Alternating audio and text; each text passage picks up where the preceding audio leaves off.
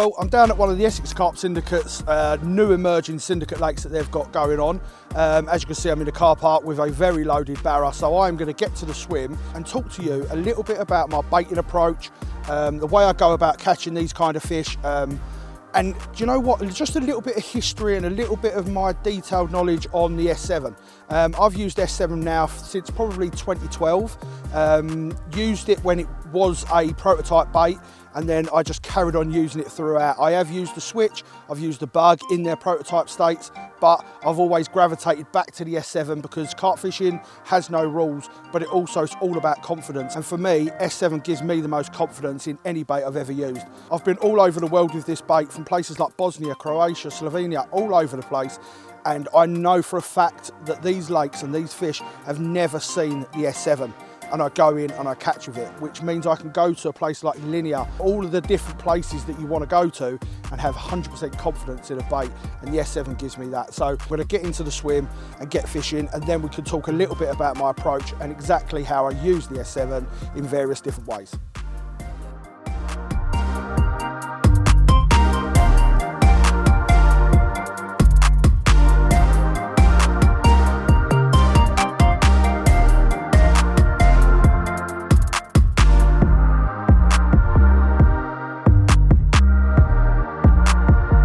So just walking back to my swim now, I've had a good look round. I've chosen to go about quarter of the way down, see a couple of fish as we was walking round, and we've got another couple of guys on the other side of the bank.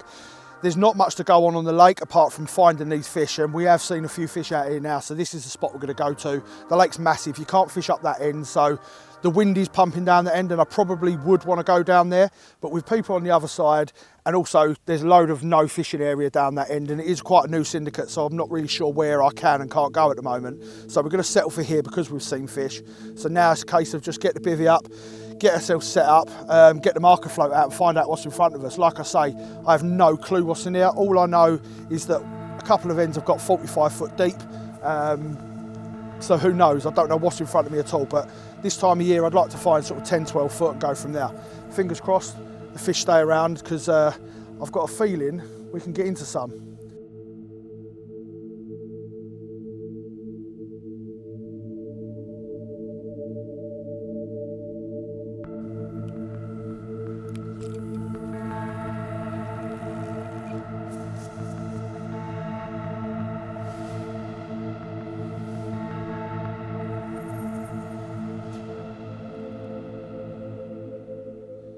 Well, as you can probably see on this lead, it's absolutely caked full of clay.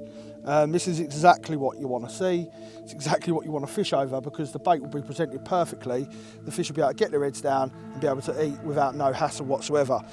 So I'm going to be looking for this on the seam of, say, some gravel or some weed, something like that. If I can find clay in between any of that, I'll be more than happy. What I don't really want to do is just have a whole lake full of clay and there's no actual spot. So I am going to be looking for some kind of gravel or some kind of seam that can define the clay with a silt, or define the clay with some weed or some gravel. But as you can tell, there's a lot of clay out there. So what I'm going to do now, I'm just going to find something else in this area, and then I'm going to fish to the back of that.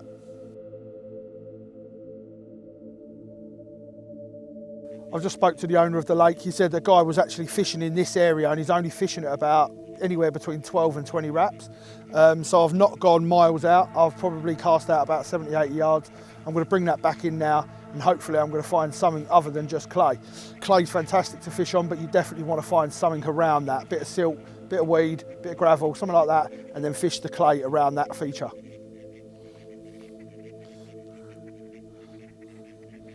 So I have actually found a nice bit of gravel now. Just a little cast to the right hand side of where I was putting the rod, and it's obviously going lots and lots of clay, and then there's a gravel patch to my right hand side.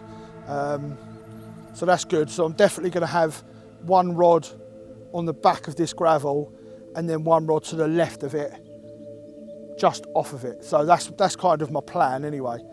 It's roughly in 12 foot of water, which is exactly what I wanted. This time of year, spring, if the sun comes out, the fish are going to be up in the water and they're going to be around this area, and then there's going to be loads of scent in my bait. getting them on it. These fish are hungry, so I'm not going to be fishing zigs or anything like that. These fish are hungry, they're going to want boilie, so that's what I'm going to give them. So let's see what happens.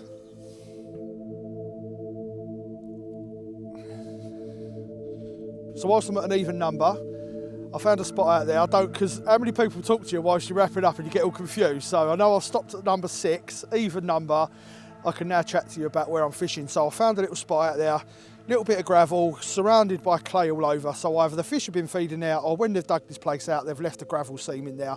But that's where I'm going to start at straight away. I'm just about to find out how far it is. I've got a feeling it's probably about 16 wraps, which is perfect. There's loads of bird life out there. They've obviously been feeding on the bait that's been put out there at some point in the last few days. There have been people fishing here, obviously, so it's not like it's never been fished before. There has been anglers fishing here. So there's a lot of bird life out there, and that's kind of where the marker float popped up, so it works out perfectly.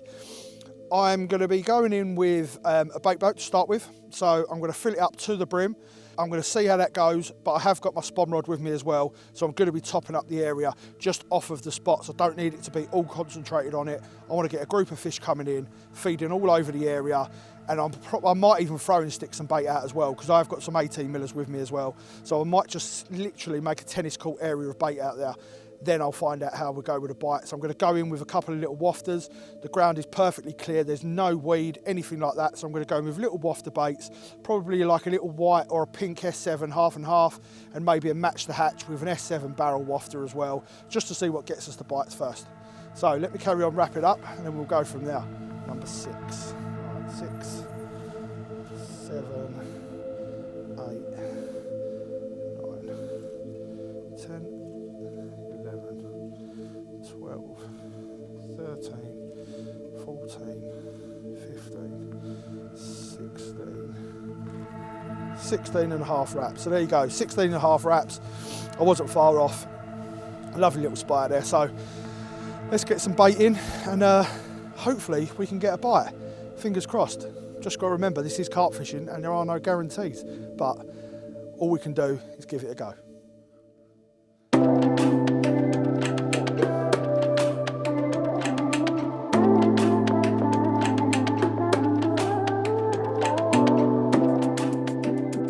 Okay, let me show you the process of how I make the bait and how I make my mix. It's slightly different to maybe a lot of people do. The reason I do it is because I don't have to use so much liquid. I am using the new Hydro Spod Syrup from DNA, and that's brilliant because it's got a slightly different consistency, so that it'll coat the baits a lot more. Where before sometimes it might clunge up a little bit and it might sort of grab a lot of the crushed baits. But the way I do it, it's always been perfect like that anyway. So let me cut down to the chase and let me show you how to do it. First of all, I'll take the 18 millers and I'm going to probably put in, I don't know, for this one I'm just going to put in maybe like 1.5 kilos of bait in there, and then I'm going to crush that up. I use the 18 millers just purely because they crush down lovely. I feel like I'm not wasting them. I know that makes sense, but I love like the 15s and the barrels. I like them as whole. So with the 18s, I like to crush them. I feel like I'm not wasting the good ones, if that makes sense. So 18s go in and they're gonna just be crushed up. This doesn't take too long. And this is in the bottom of the bucket. I'm not actually gonna mix anything into this yet. This is gonna stay at the bottom of the bucket until that's done. Nearly there. Right, so that is 1.5 kilos-ish knocked up. So take this off. Like I say, I'm not going to put any liquids in here yet. I'm not going to do anything like that. I'm actually going to level it out a little bit, and then I'm going to put the dumbbells in. So I've got the S7 dumbbells here, and this big spoon is at about 1 kilo per go. So I've got one, little one there, 1.5, put a little bit more in there, and that's just the full boilies. Nothing special, nothing fancy, full boilies straight out the bag. Now I put the liquid in. So what I want is to cover the full boilies in the liquid. I'm not bothered about the crush baits getting the liquid yet. The full boilies are what I want completely covered in the Hydro Spod syrup. So let's pour that over. Don't be shy with it. Pour that over there. That to one side. And then just gently knock that in. You notice I'm not going too deep. I'm literally just coating the main boilies in the liquids. Now they're all completely coated. And it's at this stage I'll add some krill meal. So the idea behind putting it in now is that every single boilie is going to get covered in this krill meal.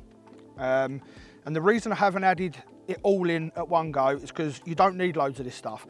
So I just find that if you just put, you know, a little sprinkling over it, mix it, a little sprinkling over it, mix it, that will mean that you've got the krill meal attached to every single full boilie. And when you put it out there, that sinks to the bottom, and now every bait is a little bit more active than it was before. A little pour in there, so you don't need absolutely tons. Put that now. And then again, just knock that into that.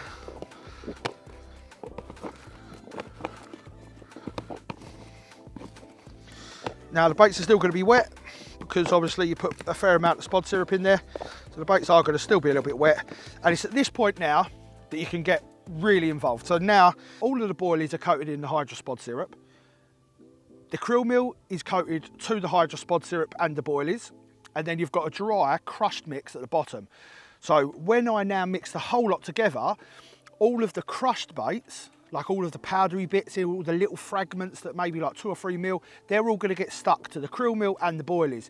Instead of me putting in the liquids on top of the crushed, which will end up with them really binding together, and you end up with like big balls of liquid, which in some cases is great. But in this situation where I'm doing sort of 3 or 4 kilos in one go, you don't want to waste so much liquid. So that's the way I do it like that. So once I mix all this up, every single bit of boilie, crumb, crushed, full bits, they're all going to be covered in the spod syrup, and they're all going to have krill meal mixed together, or a mixture of the crushed baits as well. And that is how I do my mix. And that's what I use for the spod. That's what I use for the bait boats. And it's something that I've developed over years and years of fishing with DNA. And especially since the crush come out, it's something that I've done on all of my European trips, all of my UK fishing.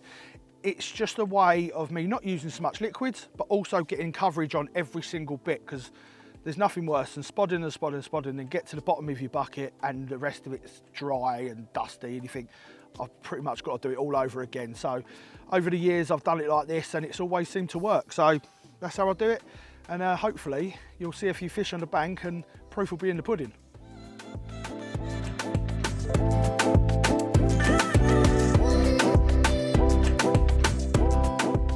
Rods have all been wrapped up to roughly 16.5, 17 wraps out there, fishing to a nice clay spot, so it's really, really clean, hence why I'm going to be fishing with a wafter, which is just off the bottom. It's not going to be, you know, pop up or anything like that. I want everything to be really close because the fish are going to be grubbing around in all of that crushed bait, the little chops here and there, and obviously the barrels that I'm going to be putting in as well. As you can see in this pot, I've got all S7, so S7 halftones, I've got the pink and whites, and then I've also got the Match the Hatch barrel S7 wafters in here, all in one pot. I've added a little bit of booster to these, so I know in this pot is all my S7s. I don't have to worry about 3 different pots, all in one go. Saves me a lot of space, a lot of time. I leave the spares in the van, so if I want to top up, very easy to do. Fishing on ever faithful German rig, very simple, very easy to tie, and will sit perfectly. And I know I've caught so many fish over the years on this rig that it's my go-to rig when I'm fishing somewhere like this. And for an added bit of attraction, I like to boost the hook baits with the hook bait booster. So all I do is I put a few drops in this, give it a shake up, leave it for a couple of days, do it again, and repeat the process for maybe like a week or so. And then when I get to the bank, I also add a little bit, just it gives it that little bit of extra than just an out of the bag 18 mil or whatever else they're seeing out on the bottom there. This just gives my hook bait just that little bit of extra jazz.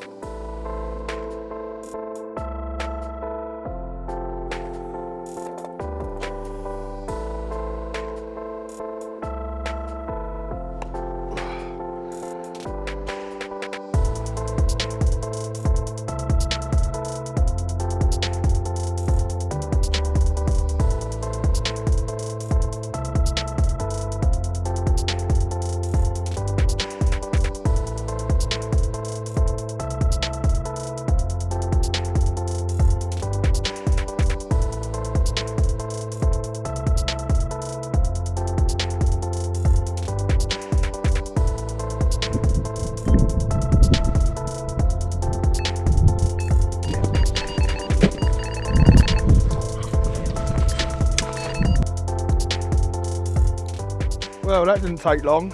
I suppose this bait's been out there probably about 10 minutes. This is on the pink S7 half and half, little barrel wafter. And yeah, it's funny because the right hand rod, which is on the match the hatch, hasn't gone.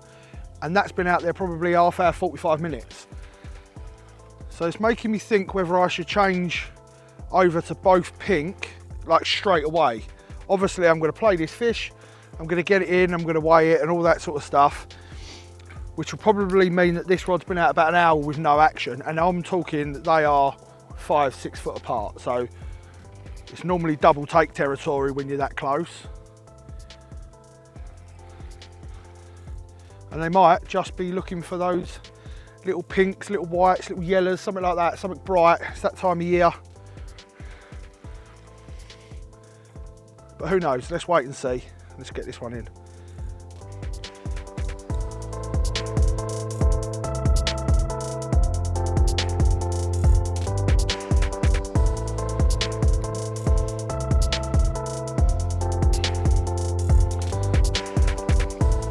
Beautiful fish though.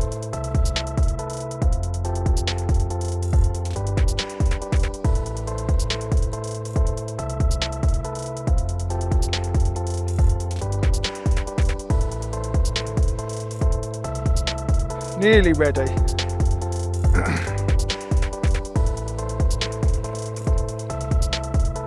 Come on. Come on. There you go. Oh, didn't like the net, did it? Come on, this way. This way.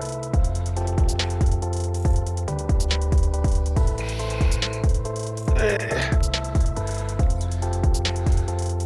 Lovely. Happy days. Good start, very good start. That's the one thing about the S7 that I absolutely love, is you can doubt yourself on everything. You can doubt yourself on the spots, the rigs, the location, whether you're fishing on the right areas, whether it's weed, gravel, silt, the depths, whether you should put a zig out. The best thing about, for me, it's all about confidence. So I can totally get rid of, will the fish eat the bait? And that for me is totally why I fish with the S7. I have so much confidence in it. And like I've said before, whether I fish in places like Bosnia, Croatia, places that have never seen the S7 before, what bait do I buy? What bait do I choose? I always choose the S7. When I'm going on trips to say Linear or any of those sort of places, I know that the bait is secondary in my thoughts. Get the S7, get his variants, go fishing. Then I have to worry about all the other stuff. And that for me is perfect. And this lake has never seen S7, never. And I've got a bite within 10 minutes, so it just goes to show you. And yes, I might have got a bite on the bug, I might have got a bite on the switch or any other bait. But for me, it's all down to the confidence, and the S7 just gives me that straight away. Well, there she goes, 16 pound, pretty little one, who loved the little half-tone pink barrel wafter on the German rig. Over the moon with this, to be honest. This one's been out 10 minutes. And like I said whilst I was playing this fish, the other one hasn't gone yet. I know from past experiences, when you're fishing on a spot really close together, the bites normally come really close.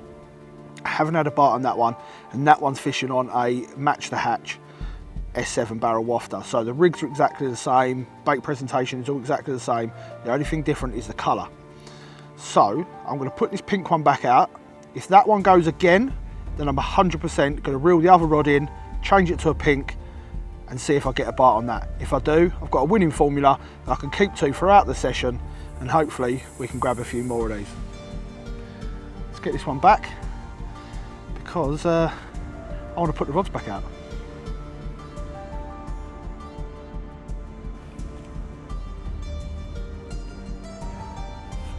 Well, there she goes. Bring your mum and dad back, please. I know they go to well over £30 in here, so that would be lovely to crack one of them. But I'll be happy to just keep catching them. That'd be nice. Right, let's get this other rod back out.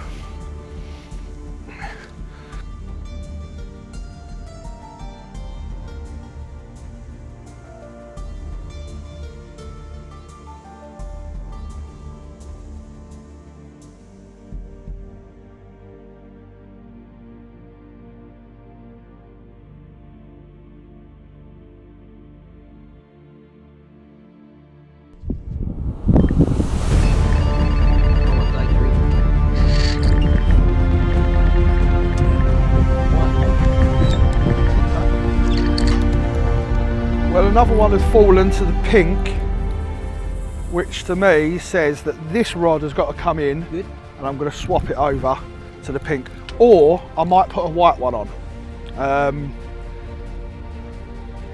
It's just one of those things. I mean, if I had 3 rods, I would definitely have a brown, a white and a pink on, but because it's 2 rods, I had to gamble on the pink anyway. It was either going to be a pink or white. Both rods have now gone on the pink, so either way, this one's going back out on the pink, and I think this one's going to be brought in and either changed over for a white or a pink. But let's worry about this one first, and then we can worry about that afterwards. Lovely scaly one. Beautiful fish in here. Ugh. Come on.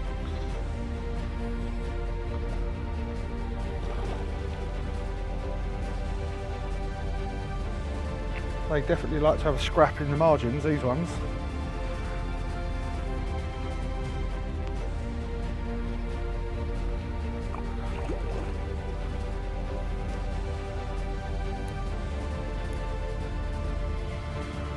Yeah, big gulp of breath, that's what we want.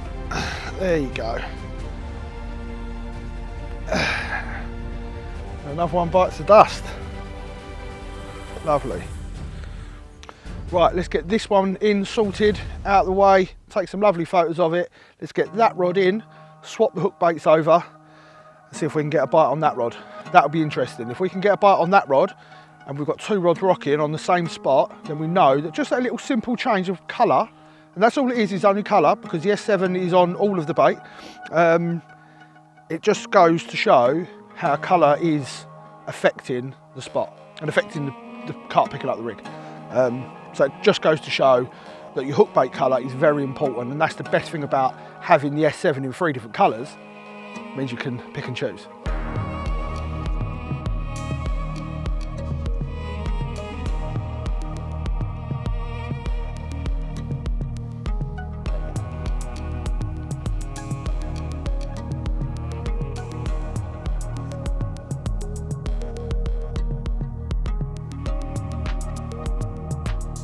So I'm not going to keep this one out of the water too long. I want to get that rod swapped over and put back out again. So let's put this one back.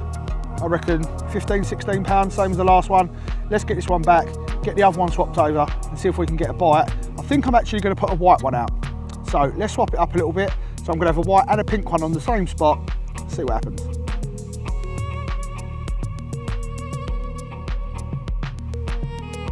So as you can see, I have got a white S7 half and half barrel wafter, exactly the same presentation on the other rod, the one where I've been having them on the pinks, but I haven't had a bite on the brown. So I've swapped over to a white because I'm thinking that the colour is what they're after. So I could have quite easily just put 2 pinks on and seen what's happened, but that's just not me really.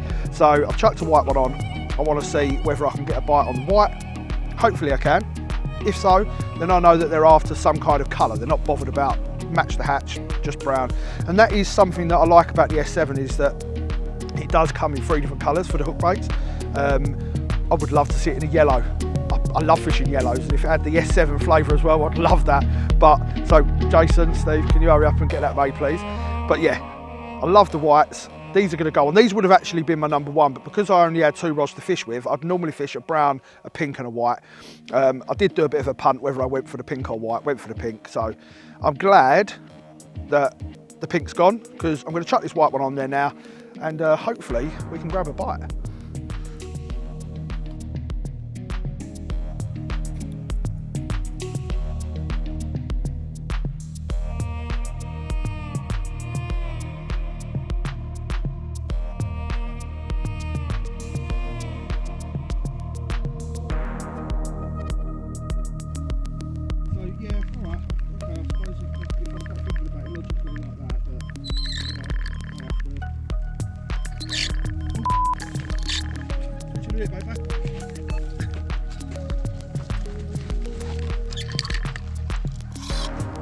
Well, the weather's changed.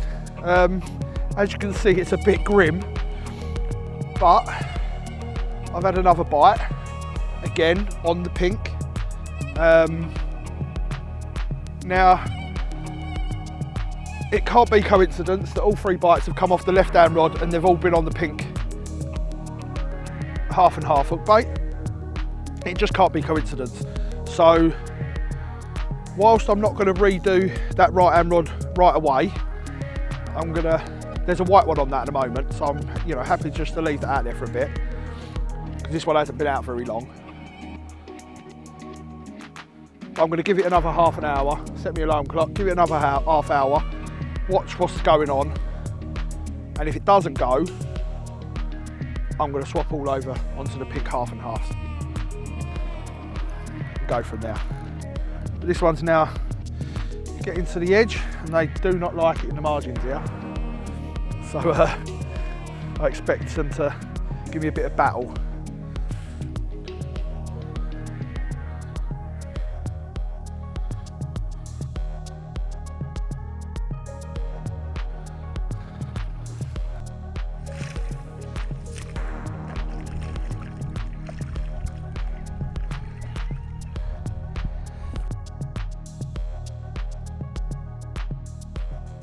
Well, as you just see, I landed that one, that's in the net. Whilst that's in the net, I've already actually rigged up another rod. Everything's exactly the same, like I say, pink hook bait, everything else. So that's now going to be put up, and then I can deal with the other fish. So whilst you're getting bites, if you've got the opportunity to do it, i.e. having a spare rod ready to go, that's what I've done, and that's what I'm doing now. So load this boat up, get it on the spot. Right, let's do it.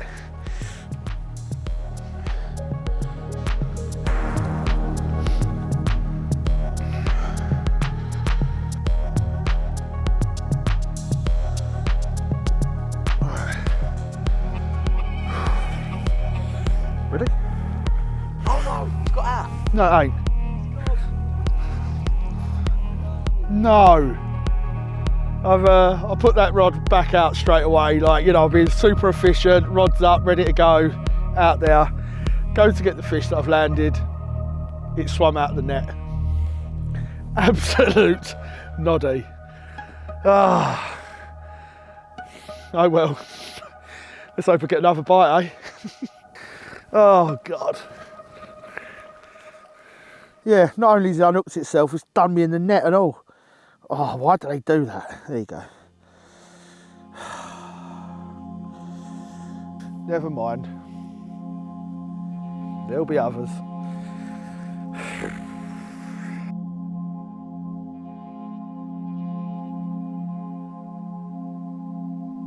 Well, I did put 2 pinks on the spot, and this one's gone. No sooner have I landed it than the other rod's gone. So it has taken me 3 fish to finally put 2 on pink, but it's paid off, because like I said, when you've got them going and they're on one spot, you do normally get 2 bites, and it just goes to show that colour is obviously what's working.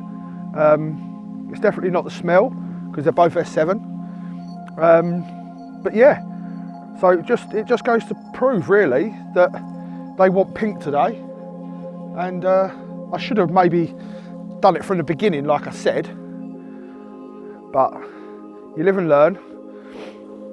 But like I say, there's one in the net, this one's just about to come in.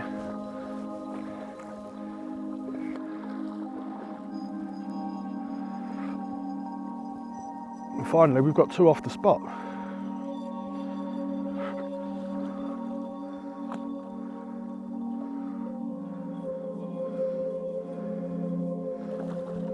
Oh, no, not ready.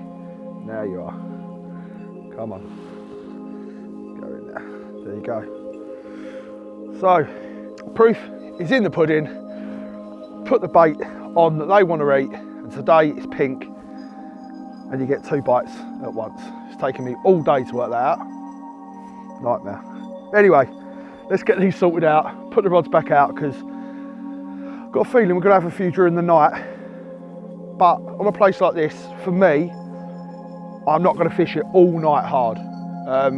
If I get a couple of bites, I'll be happy, and then what I'll do is I'll get up crack of dawn and start all over again. This isn't my usual syndicate lake. This is a lake that I'm more than happy to get bites on, but I'm not going to absolutely kill myself to catch them. Right, okay, let's get these sorted and let's get these rods back out.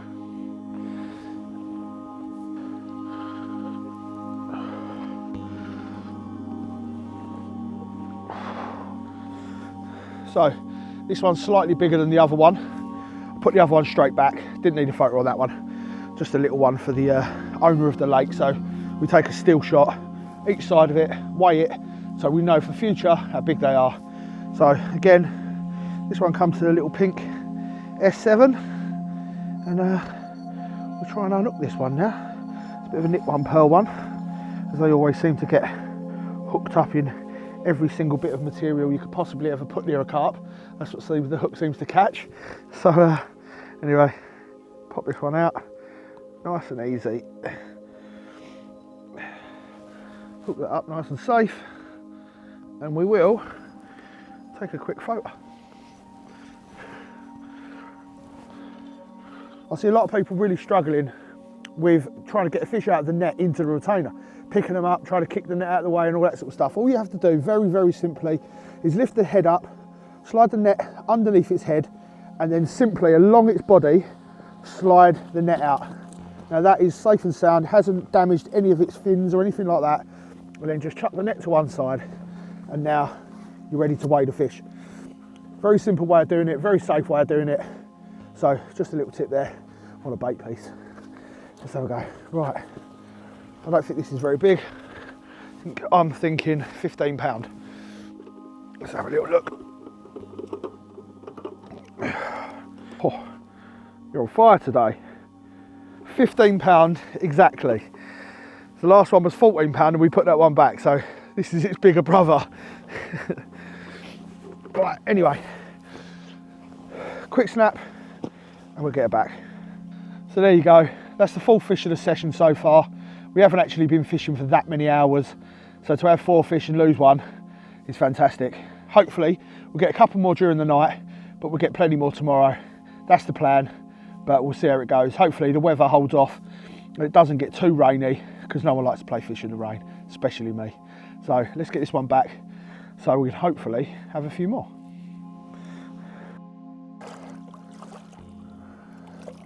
Go on, buddy. See you later. Right, that one's back. Rick's doing some cooking, so get the burgers on, mate. Let's have something to eat.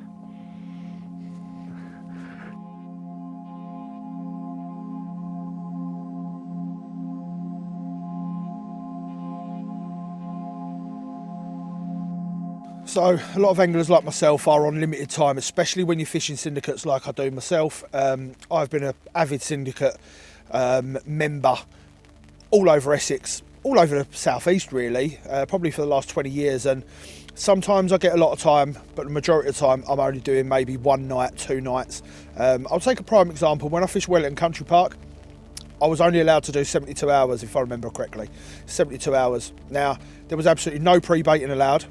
To walk around would take me 2 hours to drive there, 2 hours back, so that was very, very limited anyway. So I always wanted a bait that I knew that when I turn up, a carp will eat it, and that is why I always turn back to the S7, because it doesn't matter whether I'm fishing a lake where I can get there every day and pre-bait, whether I can get there every day and walk around just to see where the carp are, or whether I only turn up once a week or once every fortnight or even once a month sometimes. I know that the bait is the last thing I have to worry about. It's all about location then and making sure everything's spot on. But I know that the carp are going to eat the bait, and that is why I love the S7. I know I spoke about the S7 a hell of a lot today, but it's confidence in the bag for me. I'm even now using the shelf lives, so where I go away on these filming trips for sort of 2-3 weeks at a time sometimes, using a freezer bait has always been a bit of a nightmare, storing it, keeping it preserved and great for the 2 weeks. So I switched over to the shelf life and I haven't looked back. It's done me absolutely no downside. I don't see any downside to it whatsoever. My catch rates are still exactly the same. So whether I'm fishing a lake where I can pre-bait, whether I'm fishing a lake just for 12 hours, the S7 comes with me. Obviously, It comes in various forms, so I'll, you know, if I'm fishing a lake where I think, oh, I just need to nick a bite and I'm only there for a few hours, I'll take a little bit of crushed, I'll take some 8 millers. But if I'm on a lake where I think, right, I'm with 72 hours, then I'll have the crushed, I'll have the 15s, the dumbbells, you know, I'll chop the 18s up, give them a little bit of a buffet, because I'll put a little bit of bait out when I'm fishing a session. Well, I normally do anyway, depending on the situation, but that's my normal style. So whether you are fishing a campaign lake or whether you're fishing a lake where you can just get in and out in an overnighter or something like that, don't be afraid to use the S7. I think it's the best bait we do. This one pretty much deceived me in all shapes and sizes, so I didn't think it had many scales, it's got loads, and I thought it was an early 20 and it was just over 19, so I was wrong on every count there. But what I wasn't wrong on was the bait, presentation, the hook bait and location. Otherwise I wouldn't have caught this. But let's do it all over again, see if we can nick another one. Right, let's get this back. Lovely, thank you very much. Mwah. Right.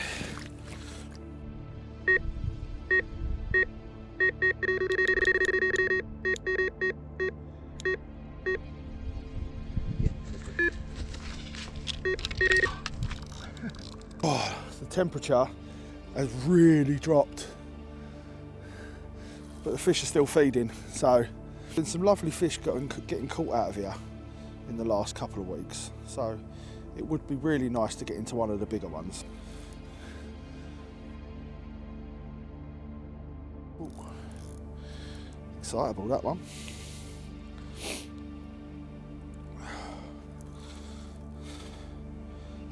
This one looks like more of a plainer looking fish, because a lot of the fish in here are scaly.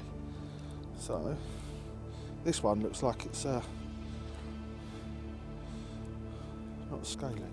I want you to come this side, so come back over here please, Mr. Fish.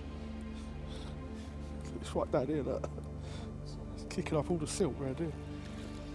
Right.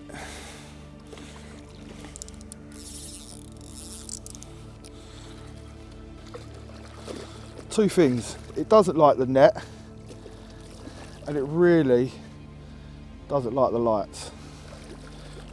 And at the moment, that's two things we can't stop. So, making things a little bit harder. Never mind. Job done. She's in.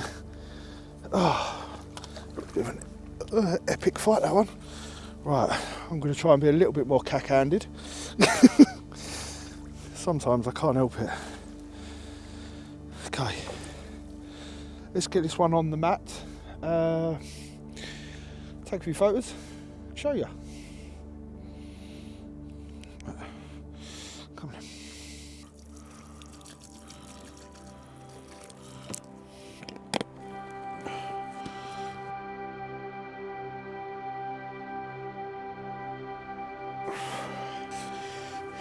Well, there you go.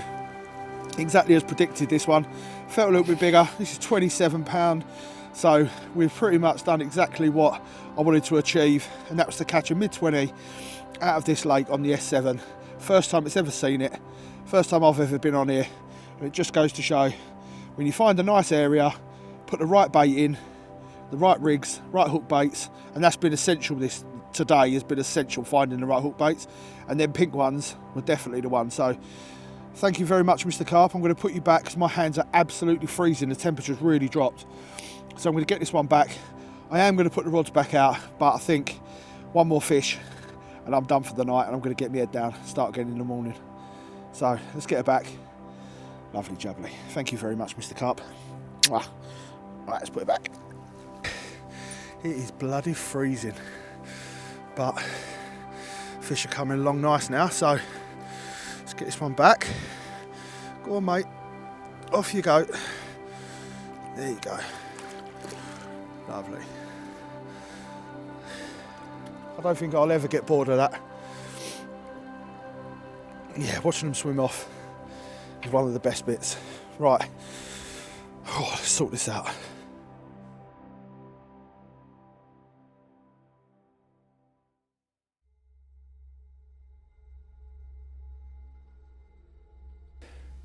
Well, how cute is this one? This is definitely the smallest of the trip. I'd probably say about £10. but just scale perfect, beautiful carp. And a lovely start to the day, and that's what it's all about. Building this swim again for the day, and hopefully we can grab a few bites today because the sun's out. I don't think there's any rain forecast, so hopefully we can grab a few while the sun's out. And please be a little bit bigger. Right, let's get this one back, Rick, and put the rods back out.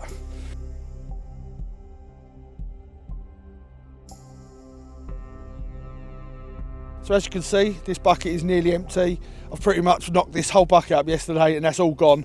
So all there is to do is to put this last one in, fill this boat up, and then knock up a little bit more because they are hungry for the S7. So let's get this in, let's get this boat out, try and catch a few more. Right, it's freezing.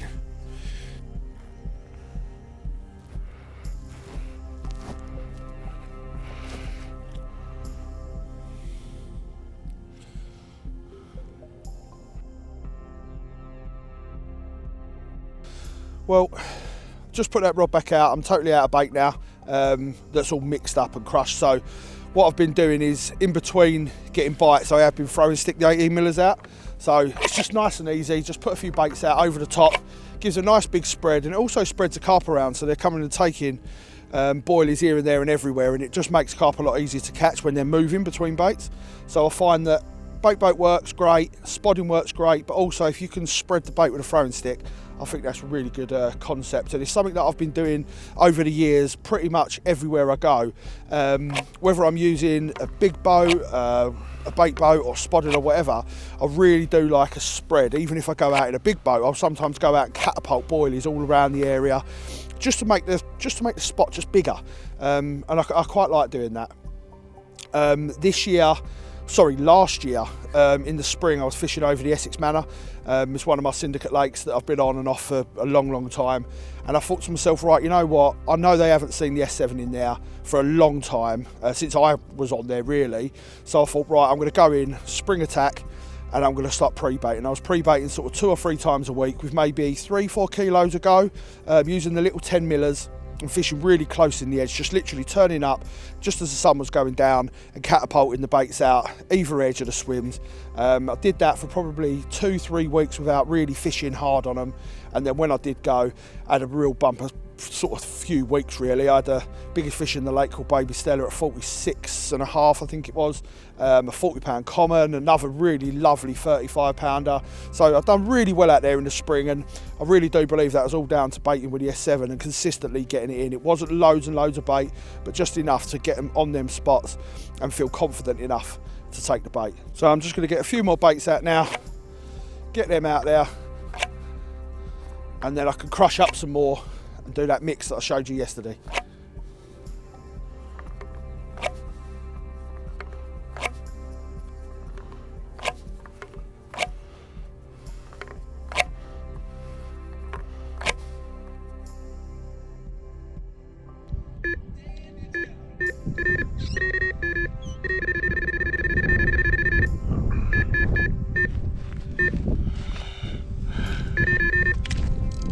So we are just wrapping up the session now. This could possibly be the last fish of the session because we have got to get on the road. Thankfully, I've joined a syndicate very close to this lake, which is very close to my home actually, which means on the very limited time that I have, I can get back down. So I might not have loads of fishing time due to work and doing lots of projects away, but because I'm only sort of 20 minutes, half hour away, it means I can get back, put a little bit of bait in here and there, and still have a very good chance of catching them when I do turn up, which is exactly why I joined a lake local to me, because I fish places like Wellington Country Park, which are pretty much 2 hours away. I just never got over there enough to catch the fish I wanted to. But places like the Sanctuary and loads of other Essex waters that I've fished, it means I can pre-bait. But the good thing about the S7 is I don't need to pre-bait. It means I can come over, I can think, right, I'm going to do a quick overnighter or 24 hours, and still have a very, very good chance of catching on bait that is so instant. But they also love it when you fish it on a campaign as well. So let's get this one in, and maybe we could talk about how you get hold of the bait, because I've got the Essex franchise. So if you need any baits in Essex, then you can come direct to me, come to my house and collect it. Or if you're not in Essex, you can order direct off the DNA website.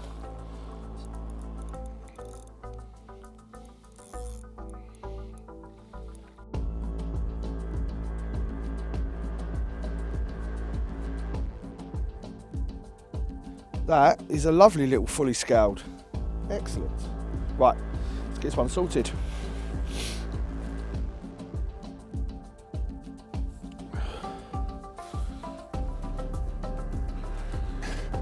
What a lovely way to finish the session.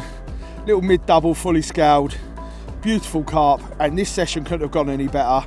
Introducing the bait onto one area, and you know what, it's just worked. Did have a little bit of a muck around with hook baits at the very beginning, but didn't take long. 3 or 4 fish, and both rigs went out with pink wafters, and these have been the results. Really good going in a very, very short space of time. So let's get this one back, because I've got to pack up all the gear and get back home dry and warm. That's the most important thing. But like I said, while I'm still playing this fish, I'll be back down in a couple of days, put a bit more bait in, because hopefully I can get down to do a bit of fishing next week.